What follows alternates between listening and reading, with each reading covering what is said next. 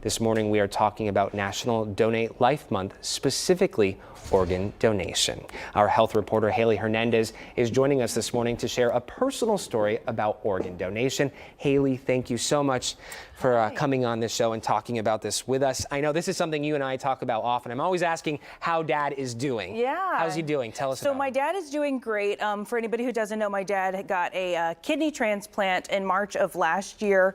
I mean, long story short, right, he was on dialysis for 7 years. That was a really traumatizing event for our family. But long story short, now a year out, and he's doing really great. His year checkup went really well. He's got almost all of his immunity back. So transplants really can save lives. We are so thankful for the family in Austin. A man about the age of my father passed away, and his family knew his wishes ahead of time. So they didn't have to make that decision in a really tragic, when something really tragic happened. And we are the fortunate recipients. And now my dad's able to live and be a fun grandpa to my kids. Back to work? Yeah, he went back to work, which was huge. Anybody on dialysis, it's so time consuming, it's so exhausting. Yeah. They can't, they don't typically work. My dad still did work a little bit during the pandemic, but he tried to stay isolated as well because of the pandemic. His immune system was down. Exactly. Yeah. And so, yeah, he's back at work, and that, my dad is obsessed with being a lawyer, so it's something that he's really happy to be doing. Walk us through back in time. You know, you said he was on dialysis for 7 years. Mm-hmm. What was the turning point for him to have to seek that treatment? Had he been sick prior? What got him to that point? Yeah, my dad has some health complications that typically lead to kidney failure. He went into kidney failure, and you know, you're forced to go into dialysis. He actually went into dialysis. His first time going to the hospital and being told that he was gonna have to be on dialysis forever was my 30th birthday. Oh. Yeah, so it's not been an easy journey for our family. And just so everybody knows how difficult the ups and downs are, we went to UTMB. UTMB eventually was the one who gave us our kidney, but we went 3 times prior to that, being told there was a match, only to find out when we got to the hospital that the match wasn't good enough, or the match had another disease that would kill him faster than the kidney disease did. So we had a lot of ups and downs.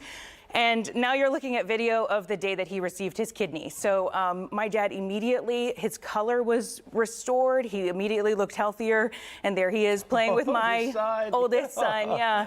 So, you know, it's been a tremendous journey for us. And we are so thankful for the family who knew their family members' wishes and made that decision to let us have a longer time with my dad. You know, as a reporter, we often cover these events that we hope to, you know, oftentimes never experience, and you as a health reporter, this really hit home for you. Yeah, it was hard, and I didn't like to tell people when I would have to do a transplant story. I didn't like to tell people, oh, we know what you're going through, we're going through the same thing, because I'm sure their journey is different. But at the same time, you know, I don't want to get emotional when I'm doing these interviews. And I don't know if you can tell I'm very uncomfortable right now talking about it. You know, we're always the person on the other end. Yeah. It's easier for us. Yeah, and when we're on that end, it's a little different. What somebody else is going through than what your own family's going through. I know you mentioned he received a kidney from a man about the same age as him who passed away in Austin. Yeah, and another important note about that people don't know is that my dad opted into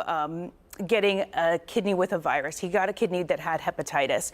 So there's an option where, you know, HIV and hepatitis used to kill people, and now those are viruses that can be treated. So my dad opted into getting a kidney that would have a virus like that, knowing that he could be treated, and he was treated, and there's no sign of hepatitis in him. And he is thriving today. Yeah. So that's an option if you're somebody who's reaching the end of their time on dialysis, or even if you're not and you're ready to just get a kidney, you can opt into that, and they can treat you for those viruses. Well, we thank you for sharing this story. I know this is something that you've been open with in the past, and so I appreciate you coming on the 8 a.m. show to talk about it this morning. Absolutely. Thanks, Zach. Thank you very much. And we are going to continue this conversation. We're going to talk about the Living Donor Program. There are so many organs a living person can donate. Dr. Sean Hebert with UT Health Houston and Memorial Hermann is here to explain the process of living organ donation. Good morning. Thank you so much for coming in. Good morning. Thank you. I know we do have a lot to talk about. It is National Donate Life Month,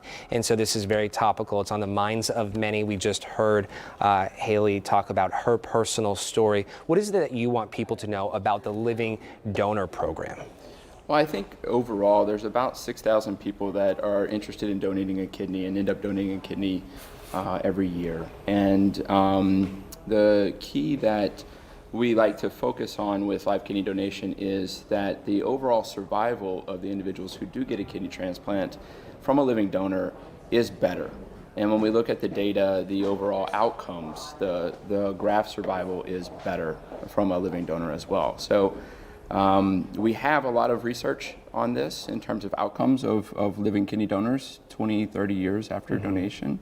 And it is something that we can allow people to do in a safe manner. And with this said, this is not to discourage people from checking the box to be a donor after life. This is just stating the fact that this is another option that you can opt into while living. You can explore this while you're here. Exactly. And so what we're able to have is anybody who's interested in donating a kidney, if they want to be a deceased donor, then they can certainly check the box on the Texas websites. But if somebody wants to give the gift of a living donor transplant, they typically have to fill out a health questionnaire in the beginning, and then we run tests on them to see if they're healthy enough, whether it be lab test or imaging of the donor themselves.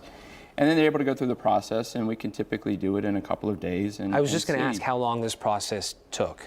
So it can take on the order of a couple of days. Okay. Yeah, we can have the information to where we can go through, and I think that's a major benefit is that rather than sitting on a wait list and waiting for a transplant for many years, we're able to enable somebody to get a kidney transplant on the order of months. Oh, wow. Yeah. That's pretty remarkable. What is the need here in Houston for organ donation? It's tremendous. I think Houston is probably one of the largest affected areas with kidney disease in general. And we have, if you look at the population, that the prevalence is about 5% of the population itself. So 7 million people. We have a number of people that have chronic kidney disease and are on dialysis. People who are interested in the program but do not know how to get started or interested in donating an organ, recommendations on where to begin.